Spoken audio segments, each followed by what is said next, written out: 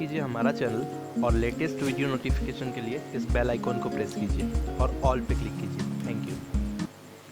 Hello दोस्तों, welcome back to our YouTube channel Tilak academy. एक बार फिर से आपका बहुत बहुत स्वागत है। आज का जो पर्टिकुलर वीडियो होगा उसमें हम बात करेंगे एडजेक्टिव के वेरी इंपॉर्टेंट रूल्स की। तो आज हम शुरू करेंगे रूल्स, और रूल्स को उसी अंदाज में पढ़ेंगे। बिल्कुल आपको सारी चीज़ें समझ में आएगी और आप बहुत अच्छे से क्वेश्चन को उनका उपयोग करके बना भी पाएंगे।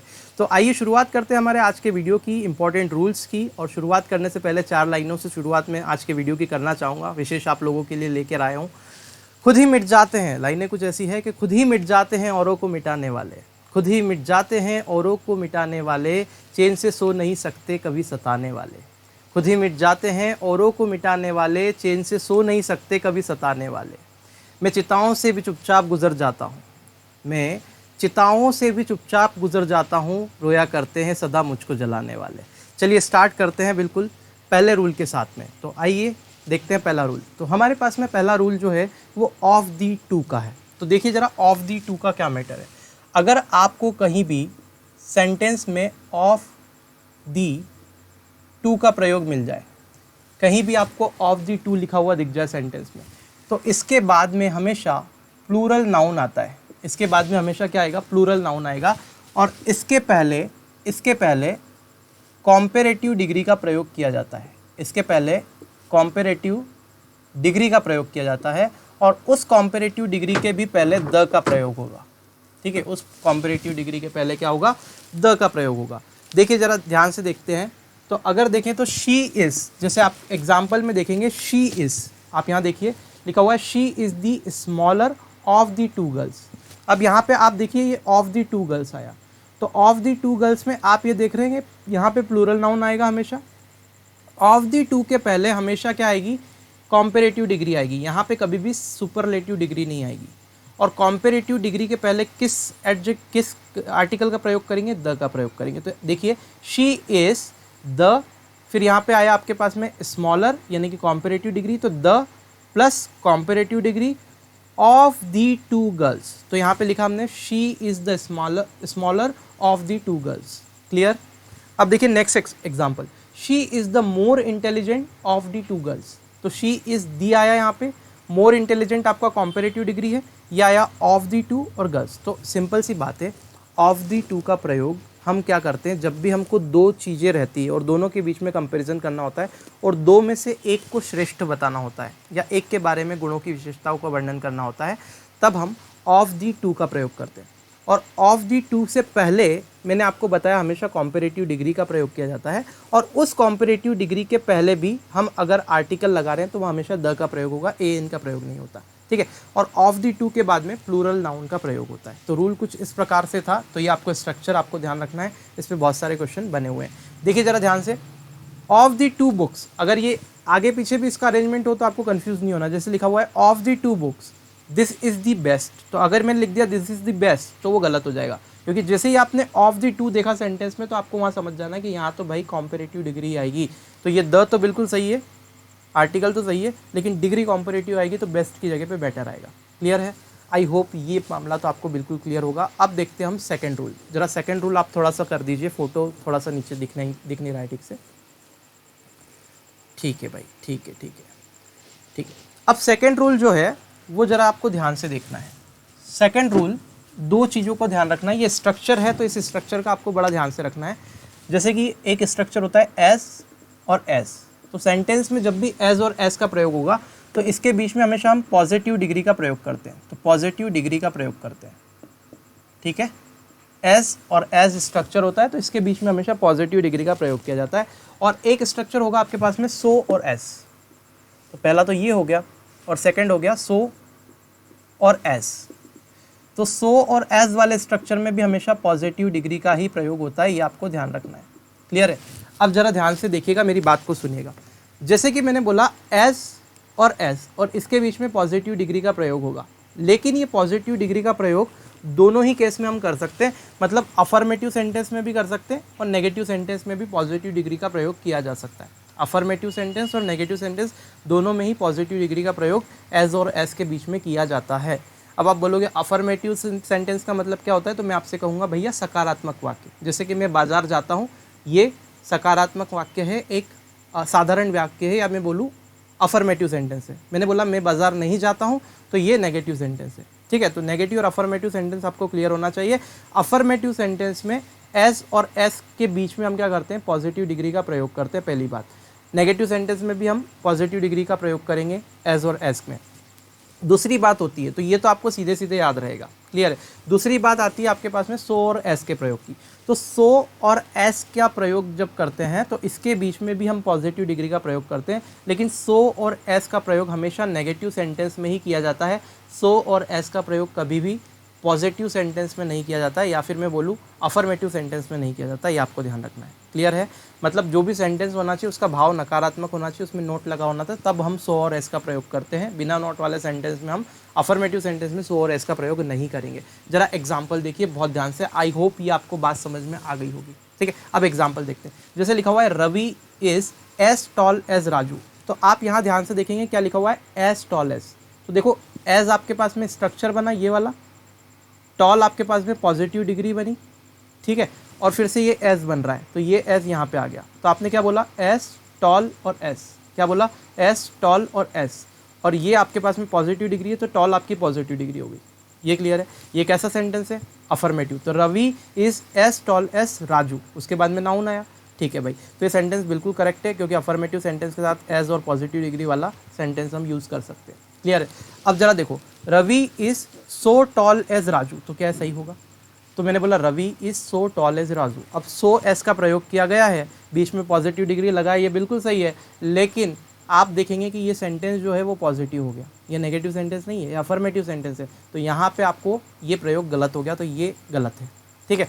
अब जरा अगला क्वेश्चन अगला देखिए, Ravi is not as tall as Raju, तो आपने देखा एज और एस का प्रयोग हम लोग क्या करते हैं, पॉजिटिव डिग्री का प्रयोग करते हैं, ये बिल्कुल सही है कि एस टॉल एज राजू, मतलब ये तो सही है कि पॉजिटिव डिग्री यूज़ हुई है, लेकिन हमने बोला कि ये यहाँ पे अफर्मेटिव में भी प्रयोग हो सकता है और नेगेटिव में भी प्रयोग हो सकता है। इसका मतलब ये है कि यहाँ पे नॉट लगा हुआ है, तो ये नेगेटिव सेंटेंस हो गया। तो हमने क्या देखा था, एज एस का प्रयोग तो दोनों जगह हो सकता है, तो इसके लिए तो याद रखने की ज़रूरत ही नहीं है। तो ये वाला जो आंसर होगा हमारा बिल्कुल करेक्ट होगा, मतलब ये जो सेंटेंस होगा ये बिल्कुल करेक्ट होगा, Ravi is not as tall as Raju, clear है। छोटी छोटी सी चीज़ें हैं, इनको ध्यान रखना है, इसके ऊपर एग्जाम में क्वेश्चन बनते हैं। आप लोगों को ये एज और एस के प्रयोग में तो कोई दिक्कत नहीं, अफर्मेटिव में भी बिंदास चलाओ, नेगेटिव में भी चलाओ, लेकिन सो और एज में ध्यान रखना है कि ये सिर्फ नेगेटिव में चलेगा, अफर्मेटिव में नहीं चलेगा, बस।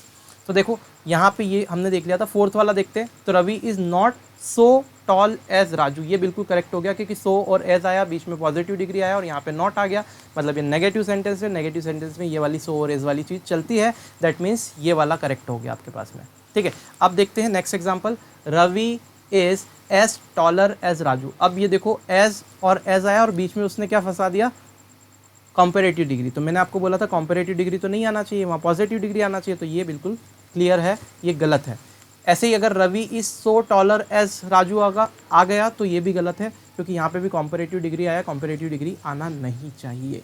तो आई होप ये सेकंड वाला रूल भी आपको क्लियर होगा, ठीक है।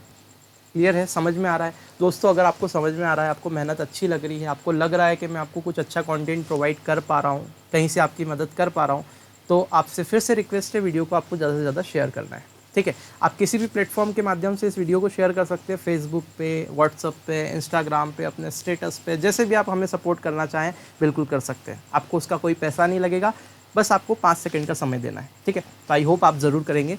नेक्स्ट देखते हैं रूल नंबर 3। अब देखो ये इंपॉर्टेंट रूल 3 है एडजेक्टिव का, ज़रा ध्यान से देखिए। दो चीज़ों का प्रयोग आपने बहुत देखा होगा, भर भर के इसके ऊपर क्वेश्चन भी आते हैं, वेरी और मच का यूज़। अब मेरी बात सुनिए, जब भी हम वेरी का प्रयोग करते हैं सेंटेंस में, वेरी का प्रयोग, तो इसके साथ हमेशा हम पॉजिटिव डिग्री का प्रयोग करेंगे। तो जब भी सेंटेंस में वेरी का प्रयोग होता है तो इसके साथ पॉजिटिव डिग्री का प्रयोग होता है नॉर्मल केसेस में। अब देखिए मच के साथ में हमेशा कॉम्परेटिव डिग्री का प्रयोग होता है। तो वेरी के साथ हमेशा क्या आती है, पॉजिटिव डिग्री आती है, और मच के साथ हमेशा कॉम्परेटिव डिग्री आती है। थोड़ी सी स्पीड स्लो करता हूँ ताकि समझ में अच्छे से आए। अगर एग्जाम्पल देखें तो हम बोलते हैं वेरी फास्ट। अब ये मेरे दोस्त फास्ट क्या है, फास्ट एक पॉजिटिव डिग्री है, फास्ट, फास्टर, फास्टेस्ट। फास्ट आपका पॉजिटिव, फास्टर कंपेरेटिव, और फास्टेस्ट सुपरलेटिव डिग्री होगी। तो फास्ट जो है वो पॉजिटिव डिग्री है, तो वेरी के साथ में positive degree I, that means very fast आया। वेरी हॉट, वेरी हॉट यानी कि बहुत ज़्यादा गर्म, ठीक है, तो ये पॉजिटिव डिग्री। अब देखो मच के साथ में क्या आता है, comparative degree, much better, you can do much better, है ना, तो मच बेटर। मच के साथ में बेटर जो है वो कॉम्पेरेटिव डिग्री है, गुड, बेटर, बेस्ट। तो गुड पॉजिटिव, बेटर कॉम्पेरेटिव और बेस्ट जो होगा वो आपका सुपरलेटिव डिग्री, ठीक है। तो मच बेटर, ऐसे ही मच फास्टर, फास्टर भी आपके पास में कॉम्पेरेटिव डिग्री हुई, और मच हॉटर, ऐसे ही सारी चीज़ें और भी बहुत सारी हो सकती है। तो यहाँ पे आपने देखा कि कॉम्पेरेटिव डिग्री किसके साथ लगती है, मच के साथ कॉम्पेरेटिव डिग्री का प्रयोग किया जाएगा, और वेरी के साथ हमेशा पॉजिटिव डिग्री का प्रयोग किया जाएगा। सेंटेंस के माध्यम से मैं आपको समझाने की कोशिश करता हूँ। जैसे लिखा है the water is very hotter, जैसे ही मैंने लिख दिया the water is very hotter, तो ये सेंटेंस गलत हो जाएगा। क्यों? क्योंकि the water is very hot आना चाहिए, वेरी के साथ हमेशा पॉजिटिव डिग्री आती है। क्लियर? ऐसे ही मैंने लिख दिया the water is much hot, तो ये सेंटेंस भी गलत हो जाएगा, the water is much hotter आना चाहिए। क्यों? क्योंकि मच के साथ में हमेशा कॉम्पेरेटिव डिग्री आती है। तो ये बात आपको ध्यान रखनी पड़ेगी, और आई होप ये जहन में उतर जाएगी आपके बात, कोई प्रॉब्लम आपको इसमें नहीं होगी। लेकिन एक छोटा सा आपको नोट ध्यान रखना है कि वेरी और मच के साथ हम लोग सुपरलेटिव डिग्री का भी प्रयोग करते हैं। जी हाँ, वेरी और मच के साथ हम लोग सुपरलेटिव डिग्री का भी प्रयोग करते हैं। देखिए किस केसेस में हम वो चीज़ कर सकते हैं। थोड़ा सा ये पेपर आप नोट्स को मैं चाहूँगा कि हमारे भैया थोड़ा सा ऊपर कर दें। ठीक है, आ गया। अभी देखो, सिर्फ इसको आपको अरेंजमेंट के ऊपर क्वेश्चन आता है, तो इसके अरेंजमेंट को आपको ध्यान रखना है। जैसे मैं बोला द, वेरी, और यहाँ पे देखे तो ये एस डी का मतलब क्या है, सुपरलेटिव डिग्री। एस डी का मतलब है सुपरलेटिव डिग्री। तो जब भी वेरी का प्रयोग सेंटेंस में होगा तो वेरी के पहले हमेशा द का प्रयोग होगा, और द वेरी के बाद हमेशा सुपरलेटिव डिग्री का प्रयोग होगा। मतलब टी, द से टी लिया, वेरी से वी लिया, और एस से सुपरलेटिव डिग्री का एस लिया, तो बना TVS। ठीक है, तो इससे आपको याद रहेगा। ऐसे ही मच का जब भी प्रयोग होगा तो मच पहले आगे आता है, मच के बाद में आर्टिकल द का प्रयोग होता है, और उसके बाद में सुपरलेटिव डिग्री का प्रयोग होता है। तो मच का M ले लेंगे, द का T और सुपरलेटिव डिग्री का S, तो MTS। तो TVS और MTS ये चीज़ें आपको ध्यान रखनी है। तो TVS का मतलब द, V का मतलब आपके पास में क्या हो जाएगा, वेरी, और S का मतलब हो जाएगा सुपरलेटिव डिग्री। क्लियर? ऐसे ही मच का, MTS का मतलब हो गया मच, मच के बाद में द का प्रयोग आएगा, और द के बाद में सुपरलेटिव डिग्री आएगी। ये आपका स्ट्रक्चर होता है, ये आपको ध्यान रखना है। क्लियर है? अब जरा ध्यान से देखेंगे तो यहाँ पे अगर मैं एग्जांपल देखूँ तो he is the very tallest boy in the school. तो मैंने बोला ही इज़, फिर वेरी के आगे द लगा है, बिल्कुल सही है। तो द वेरी टॉलेस्ट, TV, और ये सुपरलेटिव डिग्री यानी कि TVS है ना। तो he is the very tallest boy in the school. वह जितने भी बॉय है स्कूल में सबसे ज़्यादा लंबा है। क्लियर है? तो इसका बोध ये होता है इस सेंटेंस में कि कुछ भी बॉय जितने भी हो सकते हैं, सबसे ज़्यादा भयंकर लंबा है ये बंदा। क्लियर है? फिर ही is much the tallest boy in the school. तो ये देखो, पहले मच आया, फिर द आया, फिर सुपरलेटिव डिग्री आई टॉलेस्ट। तो he is much the tallest boy in the school. मेरे दोस्त, इसका मतलब ये निकलेगा कि जितने भी स्कूल में लंबे लड़के हैं उसमें से एक ये है। क्लियर है? तो ऐसे सेंटेंस का भाव थोड़ा सा बदल जाएगा। इसमें ये भाई सबसे लंबा है, और यहाँ पे जितने भी लंबे लड़के उसमें से ये एक है। क्लियर है? इस टाइप से सेंटेंस का भाव बनता है। तो ये आपको चीज़ें ध्यान रखनी है कि वेरी और मच के साथ सुपरलेटिव डिग्री का भी प्रयोग किया जाता है, लेकिन वो इस कंडीशन में। तो जब भी वो इस टाइप सा कुछ क्वेश्चन आएगा तो इस पे रूल पे आएगा, इधर आएगा तो इधर। वैसे इसको आप ध्यान रखो, इस पे इतना ज़्यादा वो जाएगा नहीं, PEB की एग्ज़ाम के हिसाब से तो नहीं। अगर आप बैंक की या SSC की तैयारी कर रहे हैं तो इसके लिए तैयार रहना। ठीक है, आगे देखते हैं। अगले रूल की बात करते हैं, जो कि होगा हमारे पास में आज का बहुत इंपॉर्टेंट रूल, और हम कहेंगे कि ये वाला आपको पर्टिकुलर स्ट्रक्चर भी ध्यान ही रखना है, क्योंकि इससे बहुत बार आपकी एग्ज़ाम में क्वेश्चन आए हुए हैं। ठीक है, उस रूल को ज़रा समझते हैं क्या है। जैसे मैंने लिखा है सो दैट, तो आप देखेंगे ये एक कंजक्शन होता है। इस कंजक्शन को हमने कंजक्शन में भी पढ़ा था। जब हमने कंजक्शन पढ़ा था तब हमने सो दैट का प्रयोग वहाँ पे देखा था, और तब भी मैंने आपको ये रूल थोड़ा सा बताया था। ये टू भी कंजक्शन में हमने देखा था, इसका प्रयोग देखा था, तब भी मैंने आपको ये थोड़े थोड़े रूल बताए थे। लेकिन आज इसको और अच्छे से देखते हैं, एज अ डिग्री के रूल में देखते हैं कि डिग्री के रिस्पेक्ट में हम कैसे इस रूल का प्रयोग करते हैं।